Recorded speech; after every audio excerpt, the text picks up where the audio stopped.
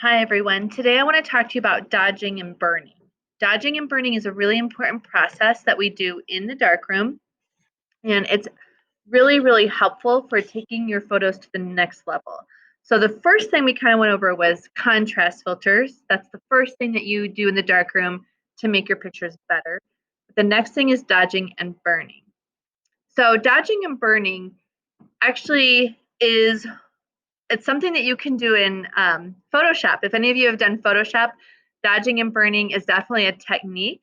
There actually are dodging and burning tools in the toolbar over to the left side of your screen when you do that, if any of you are familiar with Photoshop. Other ways people dodge and burn in Photoshop is by using masking filters and levels and all sorts of things like that. The original dodging and burning obviously happened in the darkroom. So this photo here that I have an example of gives you a great clue as to how much work can go into making a photograph what it is. Most of us have all seen this picture of James Dean. It's a famous photograph, but there is a lot of dodging and burning and filters being used here. And these are the kinds of notes that photographers would put on their pictures to kind of determine what they needed to do. So burning and dodging. Burning in means you're making an area of your picture darker. All right, so on Instagram or whatever photo app you use on your phone, you'll notice you can add a vignette to pictures. That's a really simple way of burning the edges of your picture. We can definitely do that in the darkroom. We can add vignettes to everything if we wanted to. It's one of the easiest things that you can do with burning. The other is dodging. So dodging is when you make an area of your photo lighter. You block out the light for just a short period of time so that that part is lighter than the rest of it.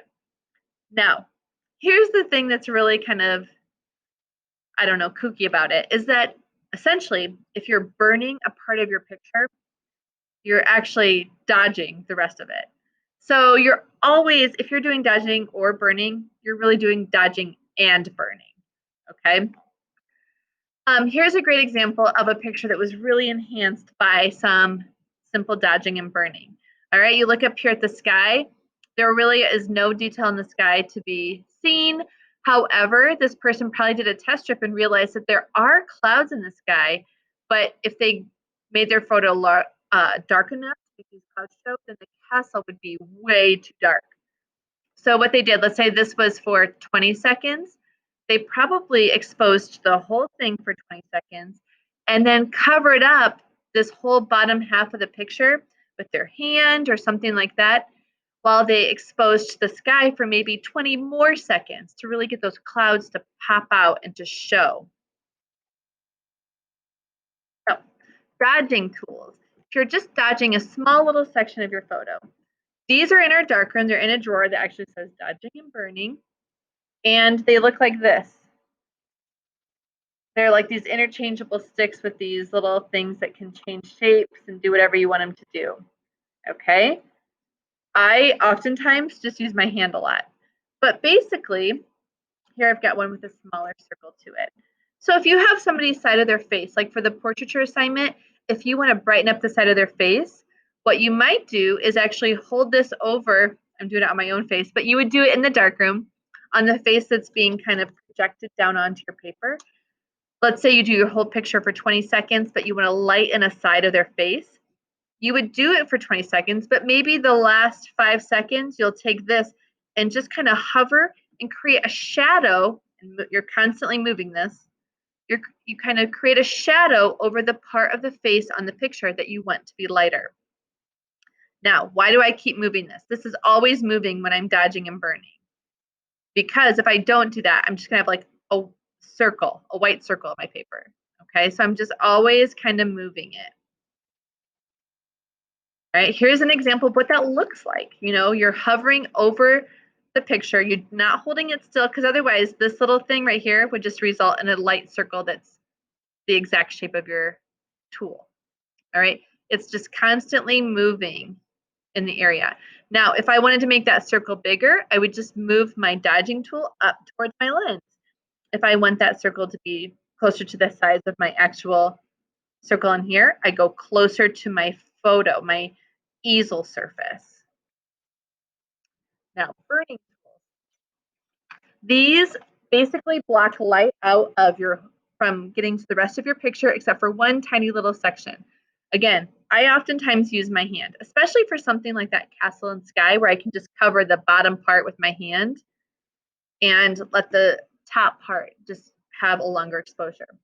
However, if you want something more specific, we have these burning tools that open and close, so you can change the circle to different sizes, and it completely blocks out the light, except for where you want to burn more light. Again, you're constantly moving it to make a part darker. Now, how to do a vignette. It's technically burning, but I actually would use one of these tools. And what I would do is I would go clear up by my lens, and if I'm adding 10 seconds on, I would add 10 seconds on, and I would just move this up and down. And what happens is that the shadow that's down on your paper gets bigger and smaller. And so you have like this real gradual kind of shadow going in, which looks like a vignette. I mean, it is a vignette. All right, here's an example of what burning looks like in the darkroom. You're just letting the light shine through that opening longer on the part that you want to make a little bit darker. This is great, especially, like I said, for skies. A lot of times we take pictures and our skies are all white, but there might be details there if we would just add more light to that section. It's also great for bringing out details. Like if you look in this picture, if you here, all of this looks really good, but her face is kind of blown, what we call blown out, and blends into the background. Now, if we go in and we burn that part, we start to see a difference between the background and her face, and we can get some more details out. Burning is really about either bringing in more details, or sometimes it's about making your shadows richer and darker. Like if you want a very dramatic picture, especially with this portraiture assignment, where you want an extreme shadow on your person and you want their face to be much darker on one side, you would go in and burn that and kind of create that dark shadow. So I'm going to show you this little video. I'm going to fast forward through a lot of it, but here he has a pigeon, and you can see where he is kind of dodging a part of that. He's talking about the picture and what he wants to show up. So these pigeons that he has here, he really wants the focus of the viewer to be on the pigeon. So he's kind of creating a vignette, like he's darkening all of his surrounding areas, the other pigeons that are not as in focus, the background and foreground. He wants those darker than the actual pigeon. So he's, is this gonna let me fast forward through it?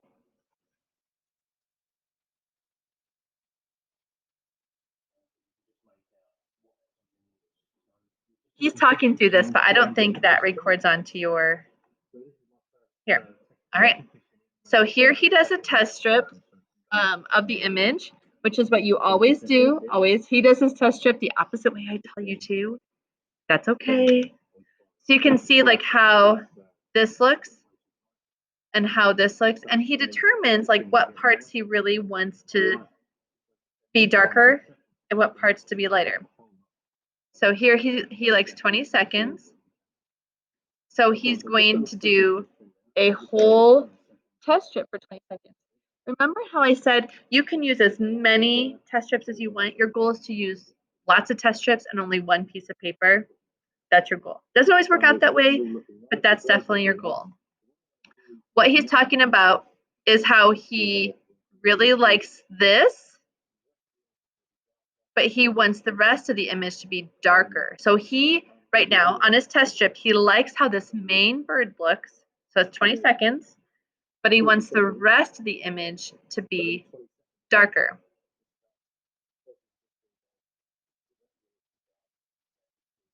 All right.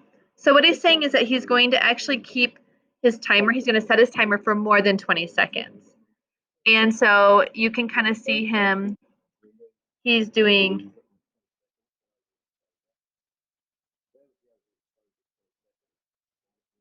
he's talking about the whole thing being 20 seconds. And then he has another test strip down here. This is what 40 seconds looks like. And for this test strip, he actually already dodged this.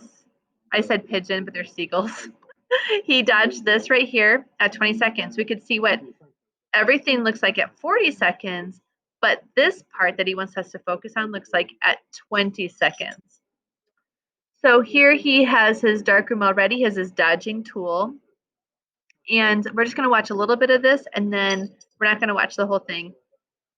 But you can kind of see how he's going to do the whole image for 20 seconds because he wanted to do the 40 and then the 20.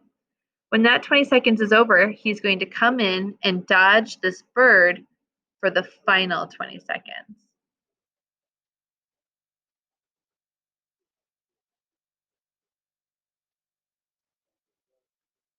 All right, so here he did 20 seconds, he turned his light off, he turned it back on, and you can see his dodging tool right here. It's constantly moving.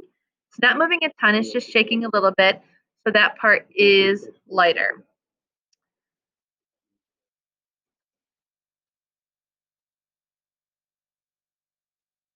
So I'm going to stop it there because something that he goes on to do other things. He actually goes back and decides that he wants to burn some parts more and like including inside the bird to bring out more details. So it gets a lot more complicated. But this gives you a basic idea of what burning and dodging does in the darkroom. All right, so as you move forward, I do expect you to use the techniques of dodging and burning from this point forward as you do your images. It really is going to take them to the next level. So I'm excited to see where you go from here.